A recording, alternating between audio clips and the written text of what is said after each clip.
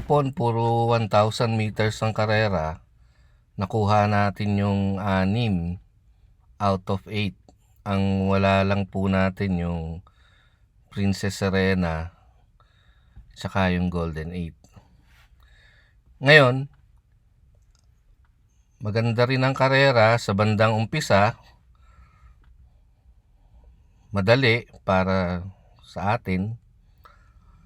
Pero habang tumatagal, may makikita kayo ng mga akala natin lamang pero pwede matalo. Walo din po ang karera. Simulan na natin sa race 1. Makikita nyo ngayon yung buong screen na ginagamit ko. As usual, pag nag-a-analyze ako, tinitignan ko kung sino yung mauna, sino mga re-remate. Polite bell po ang mauna. Tsaka makikita nyo dito yung sa column na to, yung converted time. Si Polite Bell, tinakbo niya 1-2 eh. Si Masunaga, yung numero 1, 1-4. Makikita nyo yan dyan. Pero mauna si Polite Bell. Gusto ko na nga solohin yan kasi lamang talaga eh. Mauna na. Tsaka yung average time niya mas 87.3. Mas maganda kay Masunaga na 88.5 lamang. Pero lagi naman kasi ako, lalo na pagtataya ako ng winner take all, carry over nga pala, para di ako may safety eh. Kasi baka hindi natin alam, malutsa o hindi maganda alis. Dalawa na kunin natin. So, Polite Bell, numero 2, saka numero 1, Masunaga. Pero kung gusto nyo magtipid, solohin nyo na yung 2. Race number 2 tayo. 5 lang yung kasali. Pero pag in-arrange natin, lamang talaga yung numero 3. Solo na yan. Wala, best time na eh. Best time 85.8 seconds. Seconds po lagi yung ating time kasi dyan madali isulat. Tas tipid sa sa space. Tsaka siya rin yung magandang ere na may magandang output na time. Solo na yan, numero 3 sa Bawani. Race number 3. Yan, race 1 and 2. Madali lang talaga. Race number 3. Bagamat marami, dalawa lang pipiliin ko dito. Ayan yung arrangement natin ng mga nasa harapan. Alam naman natin yung Price is Right, nanalo ng nasa harapan. Maganda rin yung tempo ngayon. Pero malulutsa kasi ni Guerrero Warriors eh. Dati naka-aire siya. Kaya ang kukunin ko dyan, yung numero 1, Melania. Ayan yung tempo niya. Pareho lang sila ni maasahan. Ito, converted time, parehong 1-4 naman tinakbo nila eh. Pero converted yan. Although kung makikita nyo si Melania, parehong 86.2. So, pareho timbang eh. Pero ito yung rating eh. Box yan eh. Lamang lang ng konti si Melania. Pero dalawa ako dyan. 1 tsaka 3A. 3 din pala yung Guerrero Warriors eh. So, nasa harapan pa. Kaya, magandang laban yan. Hindi na ako kuha ng iba. Silang dalawa lang. Race number 4. Ito yung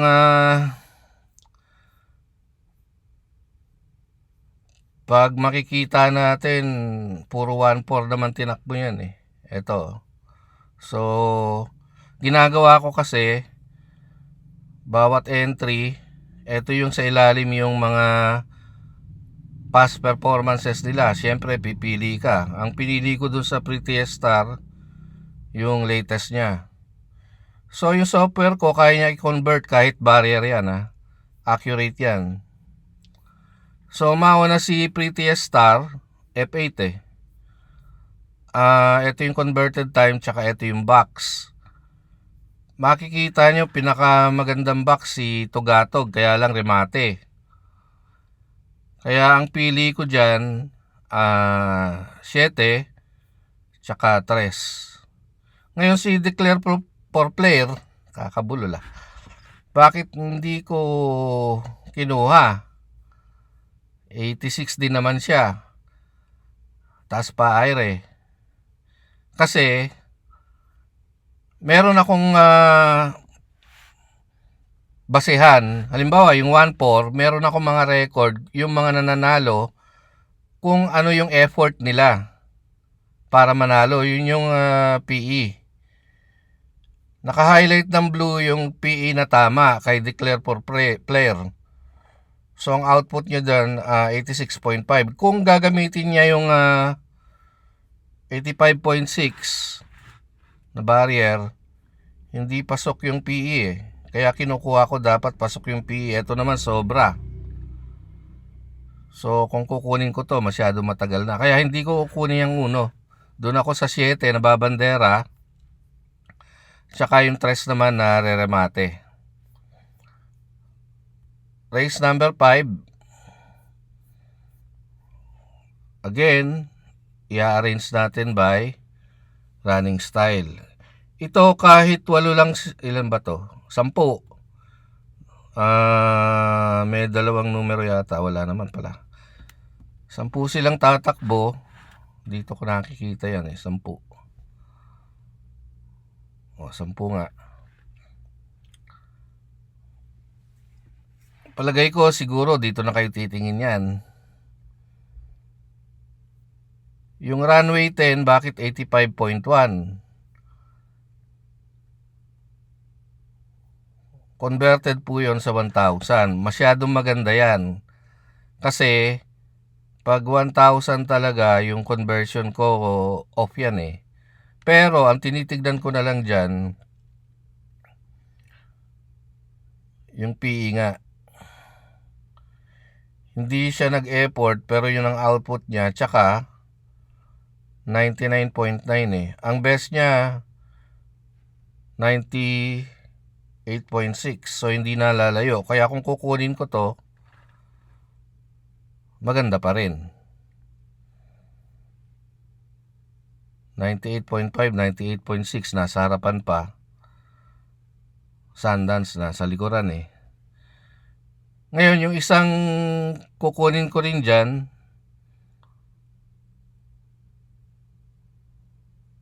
syempre yung 4, kasi natural na 1-4 eh. Pero, kung magtitipid ako, pwede kong alasin yan, kasi meron pang isang dehado dyan. Yung agaron. Ayan o. Although 1,000 yan, halimbawa kunin ko yung 1-4 niya talaga. Pagka ganyan kasi nasa kondisyon yan eh. Naka-blue yung PE. So pwede kong kunin yung best niya actually. Oh, siya nga eh. Kaya kukunin ko dyan numero 3, runway 10, Sundance, tsaka agaron. Pero sabi ko nga sa inyo, kung di kayo kinakabahan, pwede nyo nang alisin si Sundance. Si Super Earth, maganda kasi yung conversion sa 1,000 eh. Pero sa 1-4 wala siya eh. Kaya hindi ko kukunin yan. Race number 6. Ito, madali lang ulit. Dito lang kayo titingin.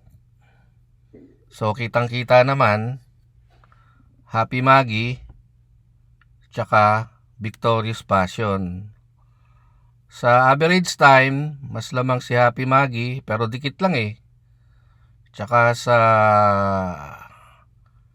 Aire, pareho mataas. Merong dihado dyan, kaya lang tingin ko wala sa kondisyon eh, yung 2. Nagpababa na yan. tingin ko hindi pa niya kaya yan. Tsaka YL eh. So doon ako, Happy Maggie tsaka Victorious Passion. Race number 7. Eto, tricky. Kasi, kita naman agad, di ba? Mimbalot Falls eh. Siya na yung akala mo. Well, maganda kasi 100 din yung box eh. 84.9 ng seconds. Kaya lang front runner kasi yan. May mas mauna sa kanya. So, ibig sabihin, hindi niya magagawa yan. Nagawa niya lang yan kasi walang lumutsa. Ngayon, may lulutsa, lalo na yung Great Britain. Siyempre, hindi magpapauna yan. Pera na lang kung ibibigay niya agad. Kaya ang kukunin kong isa dyan, 8, tsaka 2. 2A. Sister Moon. Kasi, mas mauna pa rin sa kanya yan eh. F7, F6 lang si Mimbalot Falls eh. Baka makabuo yan. Ang isang pwede nyo pakunin dyan, kaya lang front runner din kasi eh. Pero nakakasunod din si yung 11, Faye Robel. Although barrier lang yan, sabi ko nga sa inyo na tama yung conversion na yan. Kaya naman napili ko rin yan o gusto ko rin kunin. Kaya lang di bandera nga, gaya ng sabi ko. Kasi yung IRE niya, maganda yung output. Mataas pala yung IRE. 18.1 eh, 86. Hindi kagaya ni Mimbalot, 17.4 lang pero 84.9. Ibig sabihin, pag nagunahan yan, mauna pa rin to. Kaya malulutsa pa rin to eh. Kaya tatlo ako dyan, 8, 2A, tsaka 11. Last race tayo. Ito, isa na namang, kung titignan mo, siyempre, sinong mauna? Nandun lang si Doktora eh. Sasabihin mo si Avalon Bandit 66 days ago, 1-4. Pero pag kinuha ko yung 1,000 niya, mahirap ang 1,000 eh. Although over-exaggerated yung time na yan, maganda yung box. Diyan lang ako titingin dyan sa box. So box 98.6. Talo niya na yan si Mustang Sally. So, Avalon Bandit kukunin ko dyan. Ngayon, meron pang isang dehado kasi dyan na maganda pine-perform nung lately. Tapos, bumaba pa si Celebrity. Bakit natin kukunin si Celebrity? 1-4 yan. Okay? Pero pag kinuha mo yung same PE, sa 1,000, maganda yung tinakbo niya. So, ibig sabihin, nasa kondisyon yan. Kaya yung isang kukunin ko dyan, Celebrity. Pero primera ko, G's, tapos Celebrity. Hindi ko na kukunin yan si Doktora. Pero kayo pa rin, nasa inyo pa rin yan kasi 1-4, dalawang 1,000. Pero kung kukunin ko nga yung 1-4 ng Avalon Bandit,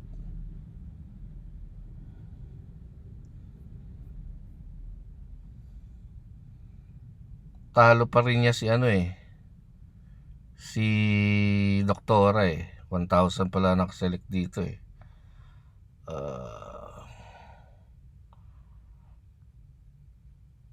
Kunin natin yung 1-4 niya, maganda. Mustang Sally. So wala talaga eh. Pwede niyo isama si Doktora kasi alam ko hindi niyo naman iiwan yan. Pero doon ako, Avalon Bandit pang primera ko, Celebrity, Doktora, sige.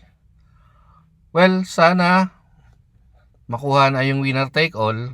May nagtanong pala kung tumataya ako. Tumataya po ako. Kasi diyan ako kumikita sa pagtaya. Hindi naman sa pagyayabang, basta kumikita ako diyan. Itong kaya ako dati hindi na ako YouTube eh. Para lang kasi maturuan ko kayo ng ibang pamamaraan ng handicapping na hindi lang kayo titingin doon sa pruweba. May mga tinitignang ibang factor. So habang nanonood kayo ng video ko, madidiscover nyo ibang sikreto. Okay? So good luck po sa inyo.